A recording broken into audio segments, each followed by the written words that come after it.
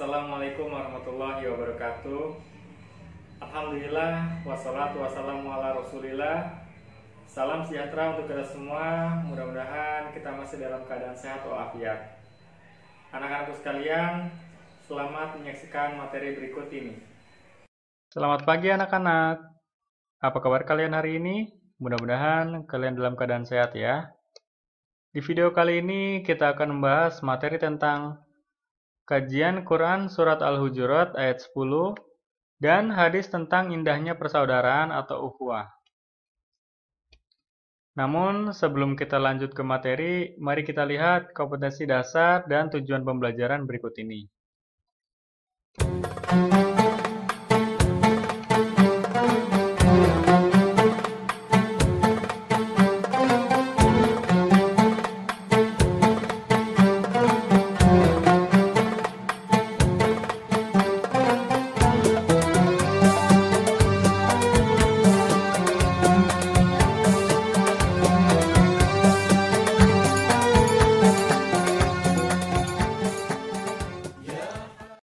Baiklah anak-anakku sekalian, mari kita membaca Quran Surat Al-Hujurat ayat 10. A'udzu billahi minasy syaithanir rajim.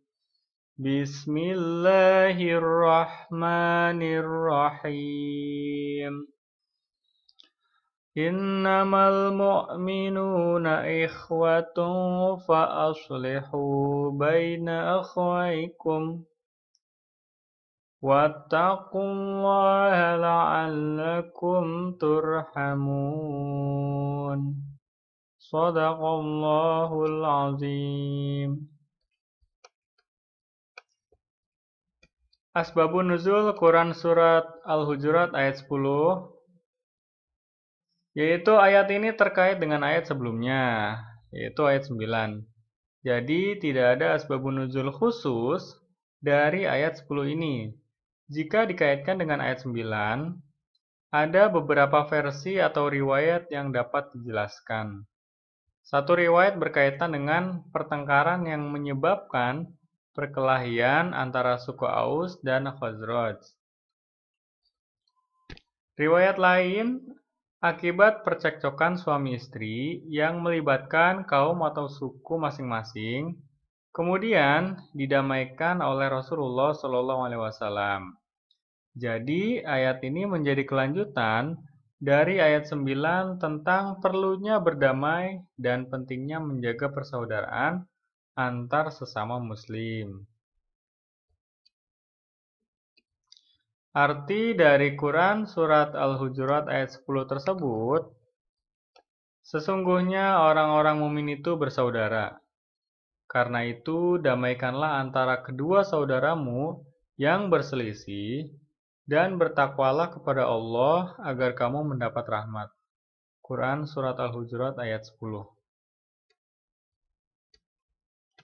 Isi dan kandungan ayat tersebut, yang pertama, ayat ini merupakan rangkaian ayat yang harus menjadi landasan dalam menata keluarga dan masyarakat. Kedua, sesungguhnya antar sesama orang beriman itu bersaudara. Ketiga, penggunaan kata innama memberi isyarat yang jelas bahwa sebenarnya semua pihak telah mengetahui secara pasti bahwa antar sesama muslim itu bersaudara. Keempat, ukhuwah Islamiyah ini harus dijalin secara kokoh dan kuat, sehingga pihak lain akan segan atau gentar menghadapi umat Islam. Yang kelima, ukhuwah Islamiyah jangan sampai dimaknai secara sempit, sehingga dalam tata pergaulan internasional, umat Islam hanya mengutamakan umatnya sendiri, tanpa mau peduli kepada umat lain. Keenam, ukhuwah Islamiyah bersanding erat dengan ukhuwah watoniyah, yakni persaudaraan sesama bangsa atau negara, dan ukhuwah basyariyah, yaitu persaudaraan yang dijalin karena sama-sama sebagai makhluk Allah Subhanahu wa taala. Ketujuh, penggunaan kata ukhuwah bukan ikhwanun memberikan isyarat jelas bahwa persaudaraan yang terjalin antar sesama muslim bermakna ganda. Pertama, didasari iman atau akidah, dan kedua, yaitu persaudaraan satu keturunan. Sikap dan perilaku yang mencerminkan ayat tersebut.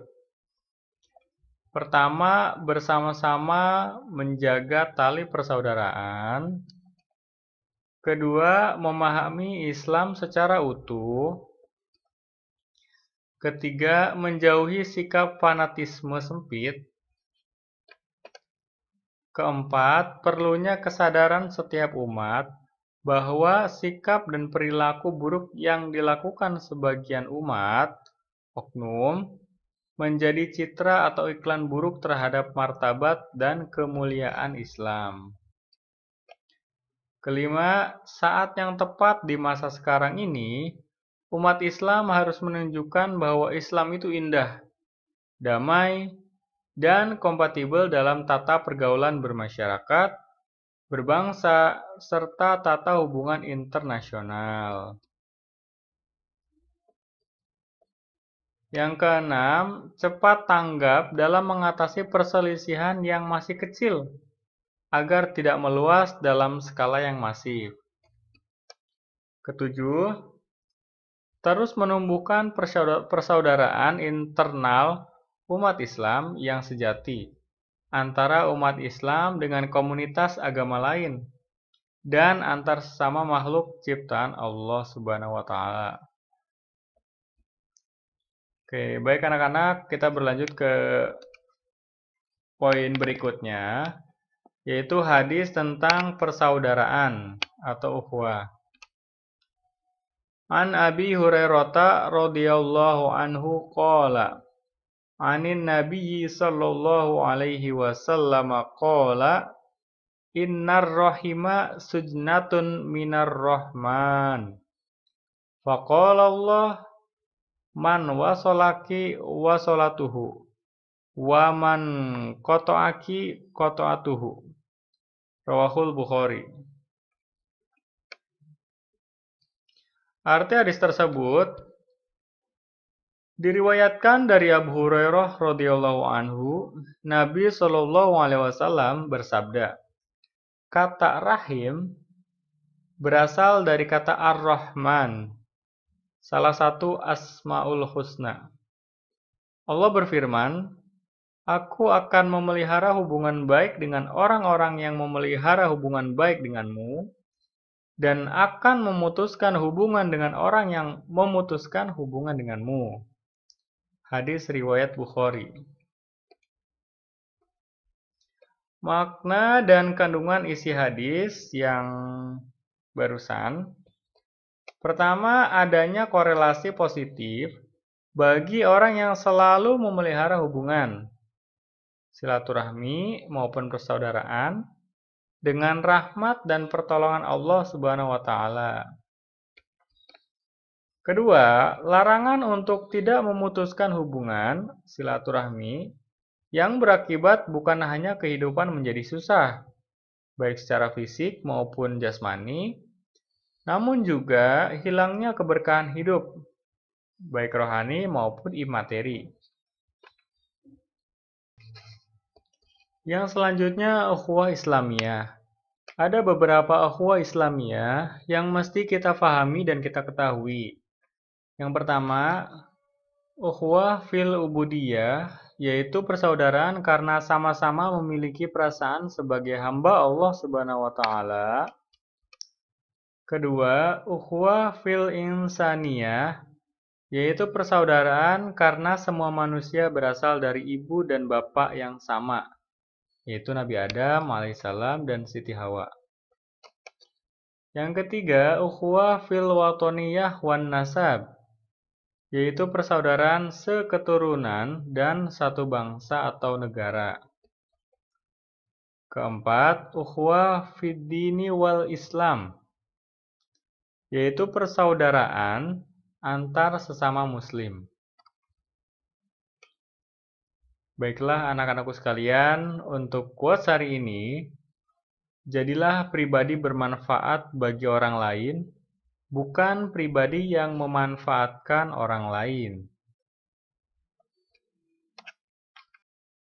Untuk materi hari ini saya cukupkan, mudah-mudahan dapat bermanfaat untuk kita semua. Yang belum paham, mudah-mudahan Allah segera fahamkan. Dan bagi yang sudah paham, semoga bisa membantu temannya agar lebih cepat paham. See you the next video.